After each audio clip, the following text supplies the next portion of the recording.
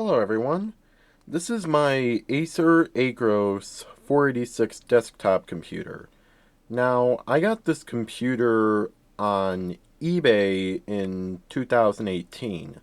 Now, normally I do not acquire vintage computers on eBay, mainly due to the sometimes ridiculously high asking prices of sellers at the time. However, this computer caught my attention because it was a 486. Now, I considered at the time, and still do somewhat today, that the 486 is the best processor for an MS-DOS gaming PC. It's period correct, and it has a wide range of speeds from 25 megahertz for early 90s pure DOS 6 gaming. And if you get a later model like a DX4 100 or 133, you can even run Windows 95 and play late era DOS games in MS-DOS mode, such as Steel Panthers or System Shock. Now, this PC, I got it with some of the discs. Well, I don't know if they were the original, restore discs for this computer. In fact, looking back on it now, I kind of doubt that they were. But the seller did include install discs for MS-DOS, Windows 3.1, and some other software as well. The computer came with this 3.5-inch floppy drive right here, a 5.25-inch floppy drive, which required a cleaning, but otherwise still works. And then this CD-ROM drive is one that I added. This CD-ROM drive is actually somewhat special to me because my old chemistry professor back when I was in community college gave me a bag of old computer parts, and this, I think, Toshiba quad speed CD-ROM drive was one of them, and it fit the air I was going for this machine perfectly. So that was a nice gift. As we move to the left, we can see the bar where the status LEDs go for turbo, hard drive activity, and a power LED. This button right here, I believe there's a jumper on the motherboard that you can use to toggle between this being a reset button or the turbo button.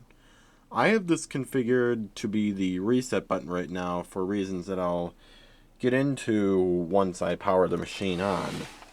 For today's video on this, I'm just going to make this be like a quick general overview because one of the things that I would like to do is upgrade the hard drive in this computer. This computer came with a 170 megabyte Connor Peripherals IDE hard drive.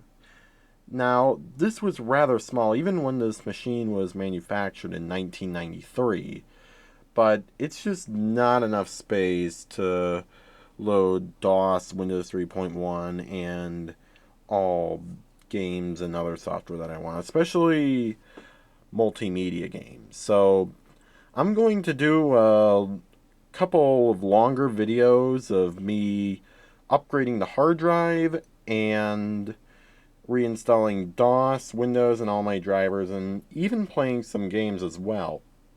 So if that sounds interesting to you, stay tuned and those will be coming out soon. This power supply is nothing special. I think it's like 150 watts or something. It's the original to the machine, and it still works perfectly fine. As for I/O ports, we have PS2 keyboard and mouse, 2 serial ports, a printer port, and a VGA port, which I just now realize is missing both of its retention nuts when you plug in a VGA cable. That's okay though, I can probably source a couple of those from computers that I've recycled to get that back in full working order. And we have an Ethernet card and a Sound Blaster 16, both of which I will demonstrate at a later date once I reinstall the drivers for this machine and give you a more in-depth look of the inside of it. For now, let's power this machine on and see what it does. Okay, I have the machine set up here on my desk, as you can see, or rather table that's sort of functioning as a desk right now. That's one of the kind of cool things about desktop computers. You could set them on top of a table so you would have more floor space or foot space, or heaven forbid, if your basement flooded, for example, you would have at least a little bit of a refuge for your computer to rest on and hopefully be safer from any evil flood damage it might suffer. So, let's power the machine on without further delay and see what it does.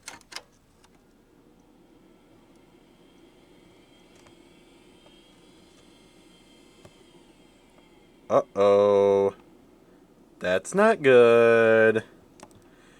We have some...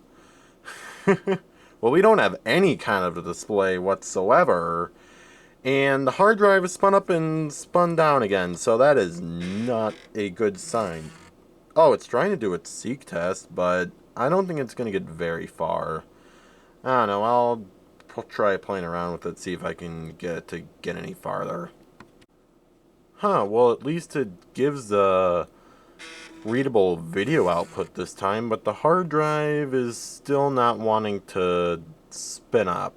I've actually had this issue before, and the solution that I found for it was to take the machine apart, unplug the hard drive's power cable, and then plug it back in again. I'm not sure why that fixed it, but it did. So I'm not even going to try and do that this time because, like I said, I'm going to upgrade the hard drive and hopefully that fixes the issue.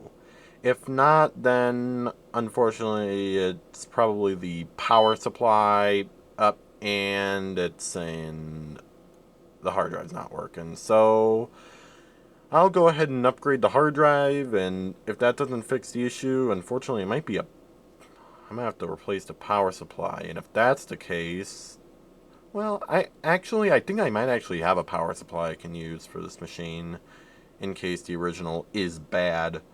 So that's it for right now. Thank you very much for watching, and stay tuned for the next video where we take an in-depth look inside and upgrade the hard drive.